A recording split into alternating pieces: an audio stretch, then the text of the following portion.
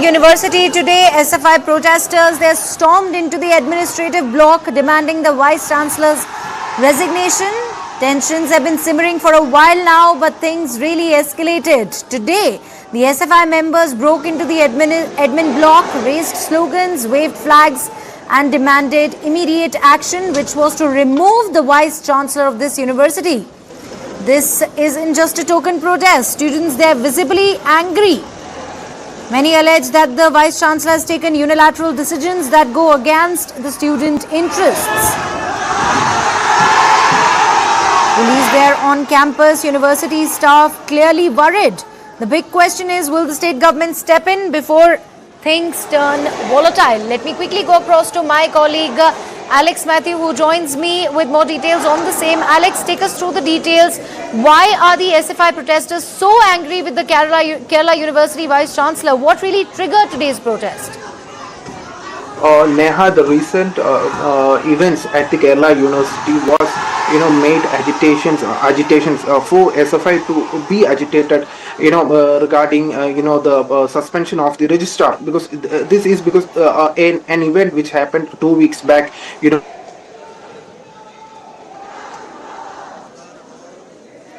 Let me go across to my colleague Varghese Abram. We seem to be encountering some network issues with Alex Matthew while we try to fix that. Varghese, take us through the latest. I was just asking Alex, what really triggered today's protest and why are these students so angry with the Kerala University Vice Chancellor? Varghese. Well, what we understand is that at the moment there is a huge and massive protest that is taking place at the Kerala University, and this is being pulled by the SFI. There is a massive police presence also at the university. This particular protest in fact saw the protesters gearing at the Vice Chancellor's office, and they are also at the administrative block where a large number of SFI activists have in fact come in. And what we understand as of now is this is part of a protest against Governor Rajendra Arlekar and the Vice Chancellor at the university headquarters. Now, the student outfit, as we know, the SFI is in fact affiliated with the CPM, and this is with regard to the questioning the suspension of Registrar K.S. Anil Kumar. Now, this protest has a history to it. The police, in fact, had made this huge presence felt over there. The issue is about this Bharat Mata photo that was there and the controversy that surrounded it. There was an explanation asked when the registrar tried to cancel that event, and the Vice Chancellor, in fact, went ahead and asked for an explanation, and then the syndicate went ahead and they had ensured that Anil Kumar was suspended. But then the Vice Chancellor was overruled as the syndicate met, and they said that he has to be reinstalled. And again, there were efforts down to ensure that the suspension was not revoked, and this led to the large protest. Right now, what we know is that there is an attempt on the part of the SFI members to break into the VC's chambers, and that's why we see this massive police presence also there to stop the SFI members from going ahead and carrying out with this massive protest that they plan to do. Now, the administrative block in Kerala University has now been kept out of limits, is what we understand as of now. And still, despite the massive police presence, the large number of SFI activists, students especially, have been able to reach the outside of the VC's chamber, is what we understand as of now. They have bypassed most of the security hurdles that were put in place. In fact, I'm sorry, I'll have to interrupt you here. In fact, we are getting VD Satishan's reaction. Let's quickly get across. Clearly in a vulnerable situation. There are 13 universities in Kerala. Out of 13 universities, there are no vice chancellors in 12 universities in Kerala. The appointment of the vice chancellor is a All right, Varghese, coming back to you, tensions have been simmering for a while now, but things really escalated today. The SFI members broke into the admin block, raised slogans, waved flags and demanded immediate action, which was the removal of the Vice Chancellor. It's a bit difficult to believe that all of this, the authorities were caught off guard and that they did not see this coming. See, that is what the opposition leaders are also in fact saying, that how is it possible that despite this huge presence of police officials at that place, how is it possible that the SFI cadres were able to in fact go into the university administrative block and have this Girawing incident carried out. Now, what we understand is that it's not the first time such an incident has been happening. Kerala University has been witnessing dramatic scenes, especially with regard to the show-off, or rather the showdown that has been going on between the Vice Chancellor Mohanan Kundamal and the suspended Registrar K.S. Anil Kumar. Now, this happened with regard to the cancellation of the governor's event at the Senate Hall. The suspension is based on allegation that Anil Kumar had disrespected the governor, and that is what led to it. Now, this suspension order which was given has been challenged, and the University Syndicate passed a resolution revoking the registrar's suspension. However, the VC in charge, that is Cesar Thomas, overruled the syndicate's decision and issued an order appointing Mini Karpan as the interim registrar. That is what has resulted in the current protest, with the SFI hitting out saying that if once the syndicate has in fact made the decision to revoke that suspension, why did the VC go above the syndicate, and with whose political help did she go above the syndicate and ensure that another person, Mini Karpan, who's been appointed as the interim registrar. So this had led to this showdown between the SFI as well as the VC, and what we see is that it is in the larger sense, it is the same issue of the state government versus the governor. And earlier also, when before our Lekar, when the former governor was in fact there, there was in fact, a standoff I'll have to between... interrupt you again. I do beg your pardon. In fact, we're getting these live visuals.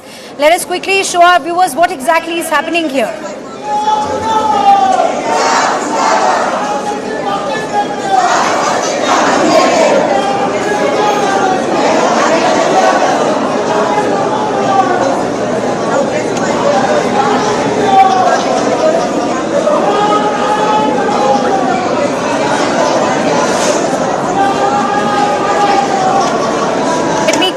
Also go across to my colleague Alex Matthews, who continues to be with us. Alex, can you just tell us what's the current situation on campus? The live visual right now in fact looks quite worrisome. The students still there, heavy police presence also there. What is it that the college administration is really saying? Any reaction from their side yet? Neha, not yet, but this is a major security lapse, we can say. But every day SFI was protesting, like a regular thing. SFI was staging a protest, but today, they gathered in large numbers, and they breached the security. They breached into the Senate Hall, and then they also reached almost near to the VC's chamber. They are demanding for his they are demanding demanding for his resignation, as well as they are also staging a protest against the governor. As we know the background of the story regarding the recent event which happened at Kerala University Senate Hall, the VC gave an approval to conduct an event for a private party, and in that private event, Bharat Mata portrait picture was portrayed, and it was under the instruction of governor, and governor was present there. And during that program, the SFI staged a protest, and it turned violent. And since then, there was a row going between the university. The governor is the chancellor, and also the chancellor and the syndicate, and the governor and the chancellor directed to the VC to suspend the assistant registrar K.S. Anil Kumar, and he was suspended. But last Sunday, he was this suspension was revoked by the syndicate committee, and he was again rejoined back as a registrar, and still this case is at the Kerala High Court.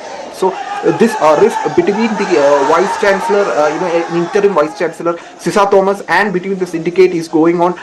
Meanwhile, the permanent VC Mohanan Kundamal, he is not yet. He's still on leave.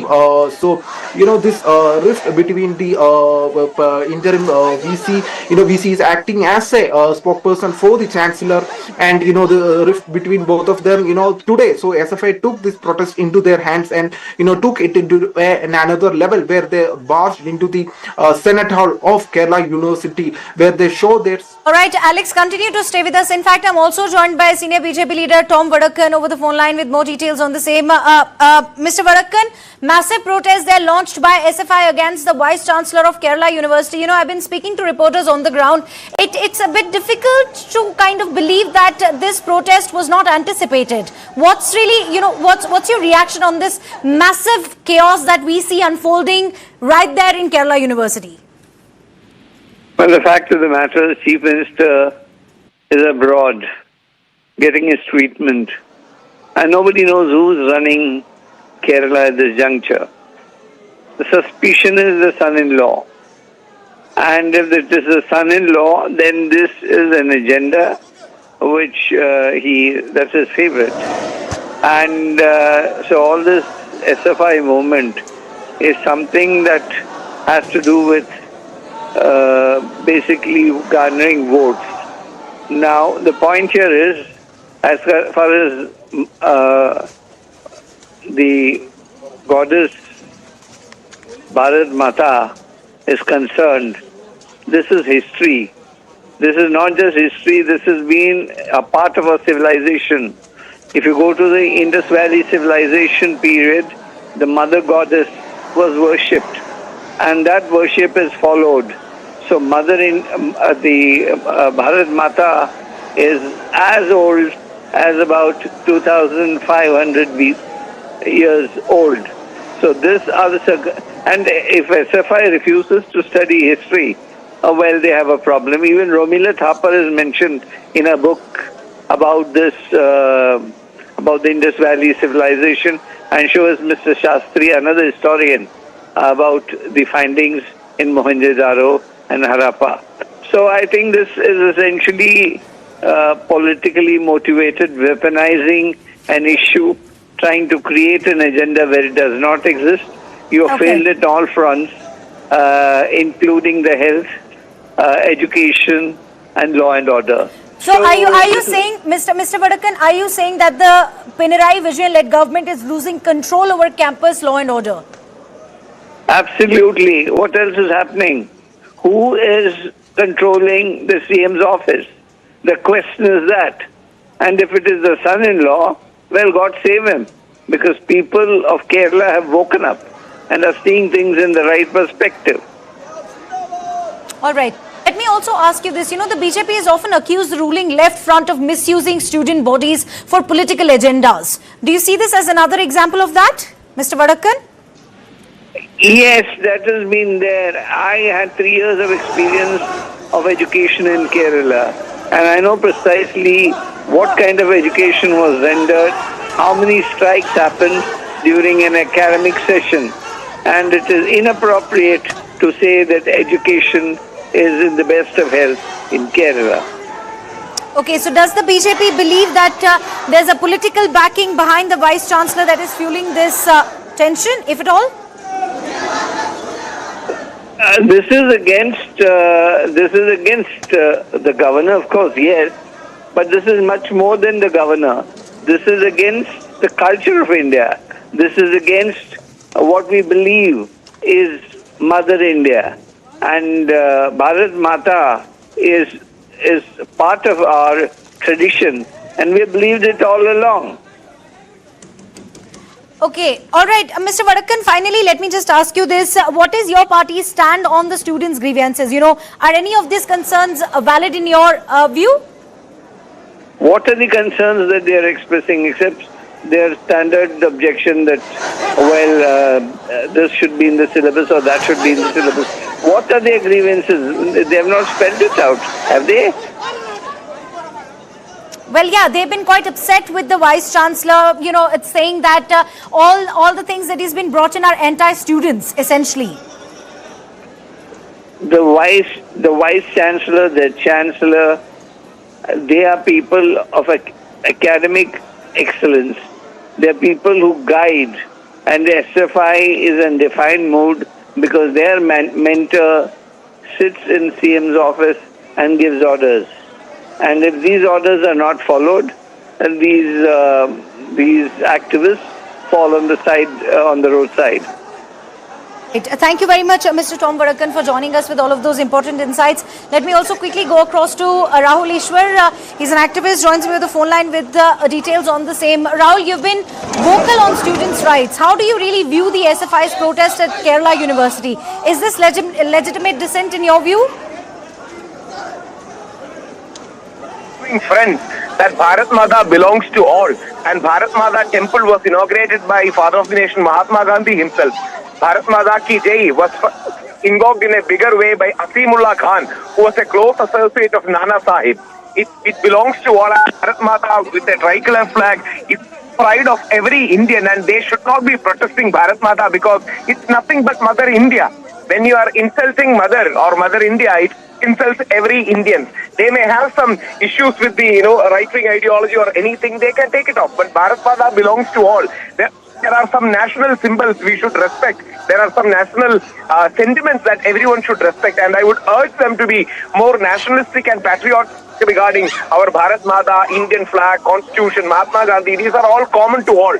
So I hope they will reconsider their protest. Second, if they can definitely protest in a democratic way, but what are the concerns that you are raising is a very important question. Why do you have any issue with Bharat Mata being invoked? It's a natural question that can come to anyone. If it is only regarding the color of the flag, I think there are many people who have always gone for a reasonable amount, saying that tricolor flag along with the Bharat Mata is something that we should definitely have and we should be proud of. Why are they opposing it is something that is absolutely sad. Right, Rahul Ishwar, this is Krishna Kumar over here joining you from the studios of News9. This is clearly a pitched ideological battle that is playing out in Kerala, that is resulting in these on-ground protests, and it's not new. This has been something that's been festering for a long period of time, isn't it? Yeah, that's true, and there is an ideological thread in it that is generally can be viewed as a left liberal versus center right, or left liberal versus right in a bigger sense. Yes, there has always been an ideological battle. Arif Muhammad Khan, when he was the governor too, there was similar kind of battles and a tug of war between left and right. But here, my simple request to our left-wing friends and comrades is, Bharat Mata belongs to right, left and center. Bharat Mata doesn't belong to any one particular ideology or ideological spectrum. So I think they should be large-hearted. It's the invocation of Mother India, nothing else. So when people like Mahatma Gandhi can accept it, when people belong to diverse spectrums can accept it, why can't our left-wing comrades accept it is my question to them. Why can't our left-wing comrades accept to it? But the fact of the matter is that you have the state government that is, run by the left, and they've made some very clear, positions that they have taken, and because of which you're seeing the pressure growing on them, isn't it? That this is also another form of pressure that's being put on the state government. Yes, right now the core issue, even though it started from Bharat Mata, is regarding the registrar, whether he should be suspended, or when the syndicate, when they themselves joined and said that the suspension is not valid against the orders of the Vice Chancellor. This is the tug of war going. So let us be honest regarding this. There is a cultural tug of war and a political tug of war. Immediately, the context is Bharat Mata's picture, but the immediate issue is this suspension of registrar and where it is heading. So it's a fight between right and left. In the larger sense, it's a fight between CPM and BJP on the other side. But my submission would be, let's leave Bharat Mata out of it because it belongs to all. Yes, there can be 1,000 other topics where we can debate on. But there are some topics that is beyond debate. There are some topics that are kept sacred or sacrosanct. And we should not be dragging those kind of national sentiments into a matter of debate. Right, Rahul, just stay with us. We have Mr. Muralidharan of the BJP now joining us also on the phone line. Muralidharan, clearly protests erupting at the Kerala University by the Students' Federation of India. How do you view these latest protests? See, it's an effort by the ruling CPM to control the university through their political power. It is using the employees' organization, using the student organization, and without following any rules of the university. See, have you heard anywhere that a syndicate meeting of the university, that is the governing body of the university, it's having a meeting without the Vice Chancellor. Vice Chancellor dissolves the meeting and syndicate members sit on and say that we have taken a decision. It's like in the parliament, the speaker adjourns the house and members sit and decide that we have elected so and so as the prime minister. You cannot do that. That is against the rule. So this is an effort by the left who has been controlling the universities, but now they are at their back foot. So they are trying to use the muscle power and browbeat the governor and the vice chancellor. They are, for all those watching this broadcast, protests erupting at the Kerala University with the Students' Federation of India. Mr. Muralidharan, so net you're saying that these protests are illegitimate. Definitely. See, because you have some people, the university, Kerala University, next to the university, there is a college called the University College, which is notorious for people overstaying in their hostels, using drugs. Such people, it has become a den of such people. And they claim to be SFI activists. I feel ashamed that Trivandrum, which is a center known for higher learning, these universities, the University College has become a heaven of such people. Concur with that most of these SFI activists, so to speak, are not even legitimate students in the first place. Rahul Ishwar. There has been, as we all know, the left wing has a very vibrant college students and youthful students. They have a right to protest, but I think, are they going overboard? Is a natural question that people will ask. Is it the right way? Senate Hall is a very important hall. They have literally overtaken Senate Hall. They have taken Kerala University's basic space. So is this the way to protest? It's a legitimate question, and the question regarding register is also considered by the Honorable High Court. So is there a need for such a kind of protest when the Honorable High Court is considering this question? Is also something we have to ponder. Stay with us. We also have my colleague Varghese Abraham with us on the broadcast. Varghese, talk to us. Now it is the credibility of SFI itself that's being questioned with this kind of a protest at this stage.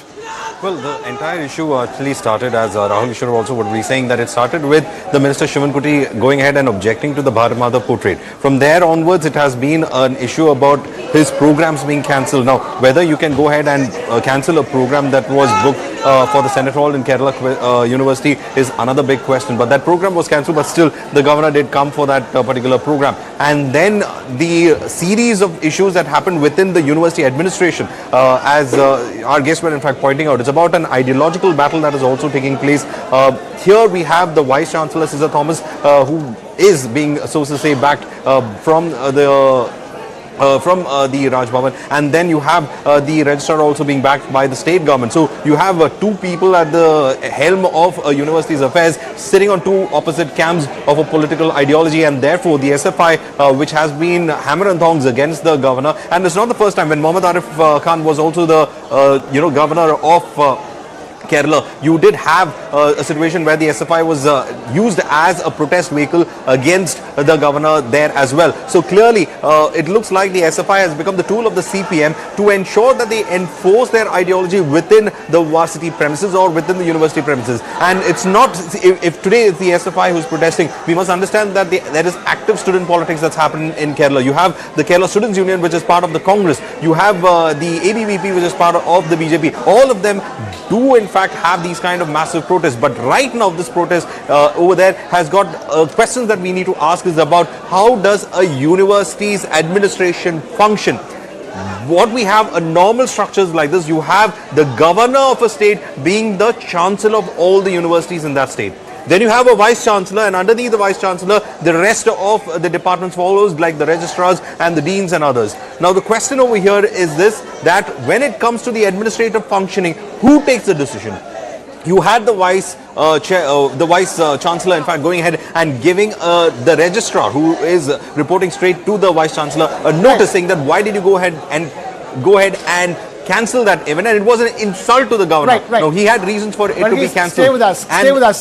We have Deepthi Mary Varghese, Secretary General of the KPCC, also now joining us on the broadcast on the phone. Deepthi Mary Varghese, these protests, questions are being raised on whether these protests are really crossing the line. Those are the questions that are being raised with the kind of protests that are being put up at the Kerala University. See, actually, this issue has been already before court regarding the, I think you are asking about the university appointment issue and the suspension. So, the court is already, regarding the Sisa Thomas appointment, the court has already interfered. That's why she was essentially began with the Bharat Mata picture and it's now boiled over onto the Kerala University campus. Okay. See, the governor being a constitutional body and the head of the state, in the governor's residence or any constitutional office, it is not. We can't admit the symbol of a political party. Bharat Mata is acceptable to everyone. To all over India, everybody is accepting Bharat Mata, but Bharat Mata of RSS is different. Who is wearing the saffron flag? It's the RSS symbol. So that governor is using that symbol. That's why we are against that. Muralidharan, there you go. It's a very, very clear issue that even the KPCC secretary has, why is the Bharat Mata picture in which, Bharat Mata is somebody who's covered in saffron? See, first of all, this is a new issue that is being raised here. See, the issue about Kerala University is not about Bharat Mata wearing what color and all. The issue is registrar cancelling a program when the head of the state and the head of the entire educational system, university education system of Kerala is on that stage of the program.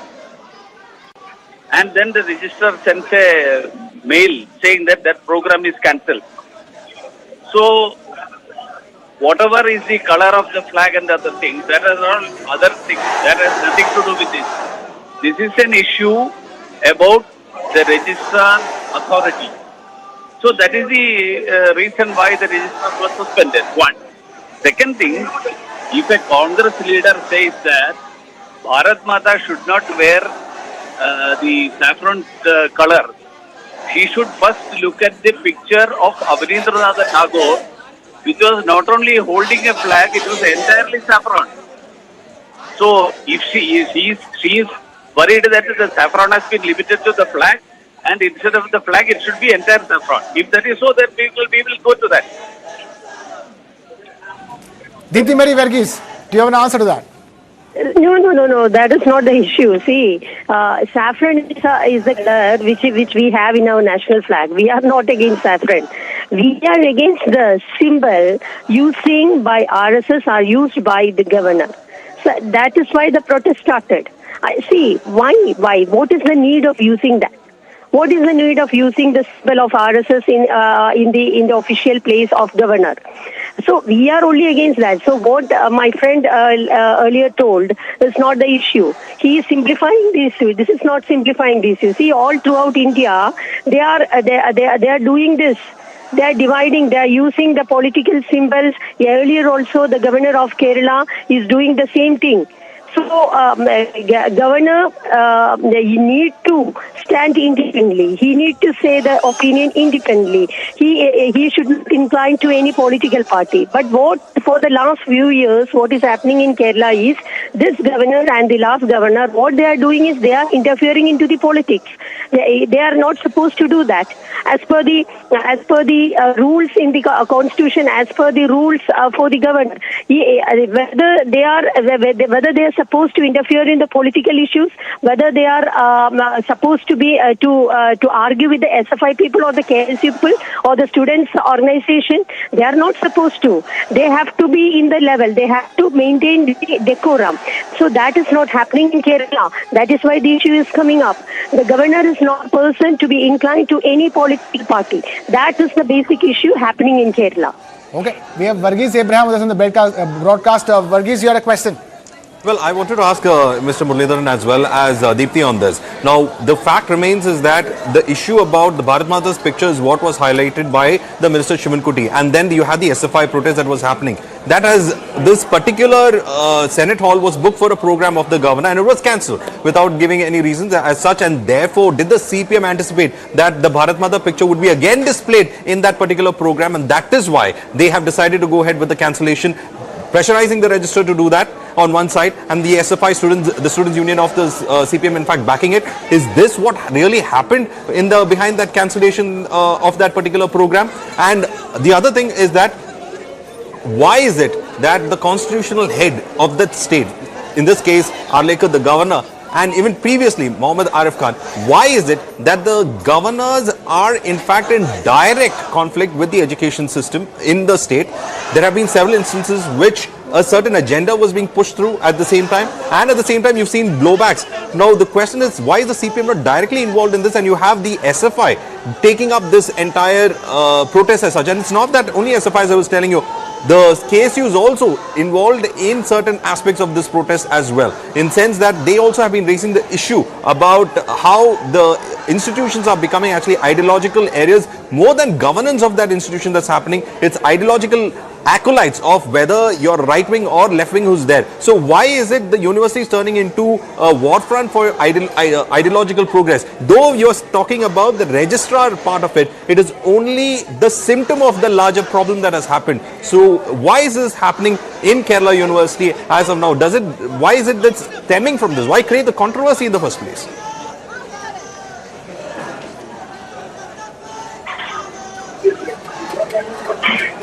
You hear us? Right, we don't have Mr. Muralidharan at this stage. We have Deepthi Mary Varghese. We seem to be having Muralidharan. Mr. Muralidharan, can you hear us? Yeah, tell me. I hope you heard the question. Why is it that we have this controversy? See, now you are, I don't know what is the topic on which you started the discussion, and now where you have reached. See, the discussion entire started, I understand, is suspension of the registrar. What was the grounds on which the suspension, the registrar was suspended? He insulted the governor. Because when the governor was on the stage for a private program, not a university program, University Senate Hall was given on rent to a private organization. That organization has every right to do whatever they have within the rules of the university, whatever the rules are there for giving it on rent. So, registrar says that a religious symbol was used. I don't know what is the religious symbol used. The High Court asked him, what is the religious symbol used in that function? He doesn't reply. So there itself he has lost the case. So he got suspended. And against his suspension, the criminal elements of the Communist Party, they come and agitate. And then the university employees get into that. The registrar who is suspended, he comes to the office and occupies the occupies the office forcibly. And it becomes a sort of a lawless situation. This is the issue. Now, if you bring some event where in Raj Bhavan, governor had the photo of Bharat Mata and Congress as opposition, Congress says that Raj Bhavan and governors are politicizing. I feel amused because Congress, who has been misusing the Raj Bhavan last 50 years, they are now saying that Congress, the governor should not indulge in politics. Congress governors were being used to install and dislodge the government. And those people are preaching us that governors should not use these things. So don't get into all these things. I don't want to go into all these things. The simple issue is an administrative issue, and that administrative issue, rule of law has to prevail. You cannot use force and muscle power to browbeat the government. Okay. Rahul Ishwar is also with us. Rahul Ishwar, is it just an administrative issue as Mr. Muralidharan has put it? See, there is a merit in what Muralidharanji said, because, it was a private program that was happening in Senate Hall of Padmanabha Seva Samadhi. That was a private organization. If they wish us to put forward a particular symbol, which I seriously believe Bharat Mata to be with tricolor, but that organization wants Bharat Mata to be with saffron color flag. It's their choice and their prerogative, right? When they are doing a personal program by giving rent to Senate Hall and by taking that particular thing, it is their right to, keep a photo that they like. And our governor came, and there should be a respect to governor. Governor is the head of state. He should not have cancelled the program. And High Court rightly asked which deity is being invoked and what kind of a religious figure is this. He was left answerless. Right now, as courts have seized upon this matter, is it right to further it like on the road? Is that a right way to approach? I hope Chief Minister Sri Pinarayi Vijayan really, instills some kind of a moderation to our SFI and call them back from this protest, because it is getting too large, it is getting too noisy. I hope people of the state, there are some very senior CPM leaders like Govinda Marsh or Pinarayi Vijayan, I hope they will recall their comrades, let court adjudicate on this matter, and let us not make this a street war or a street fight or turn our universities into a war zone. Forget about turning university into a war zone, Rahul Ishwar. My question is that, we've had similar kind of issues with the previous governor as well, as my colleague Varghese Abraham was speaking about. Governors in conflict with the education system seems to be a running thread in Kerala. Let's be very honest regarding this. Every party appoints governor because they have a political interest too. Except a very few governors, any governor anywhere in India after any time of independence, they always had a political mandate or political position too. So that's a fact of the matter that no one can deny. So they may be having healthy debates. They can raise some very important points. For example, Arlekarji pointed about disrespect to Savarkar by left-wing organizations. It's a good ideological battle they can carry.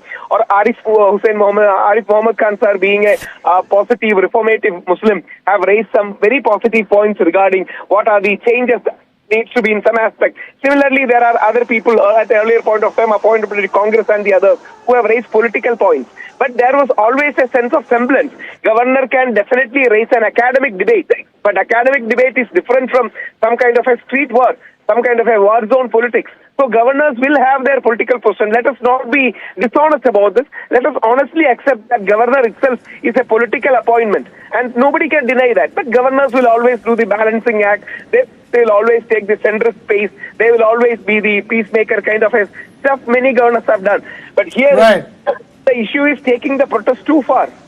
Okay, Deepti Mary Varghese, governors have always been political appointments since independence. They do have the right to take positions and make suggestions, as the case may be, as with every governor. But that doesn't give the space for it to become a street war, as Rahul Ishwar has put it. Deepti Mary Varghese.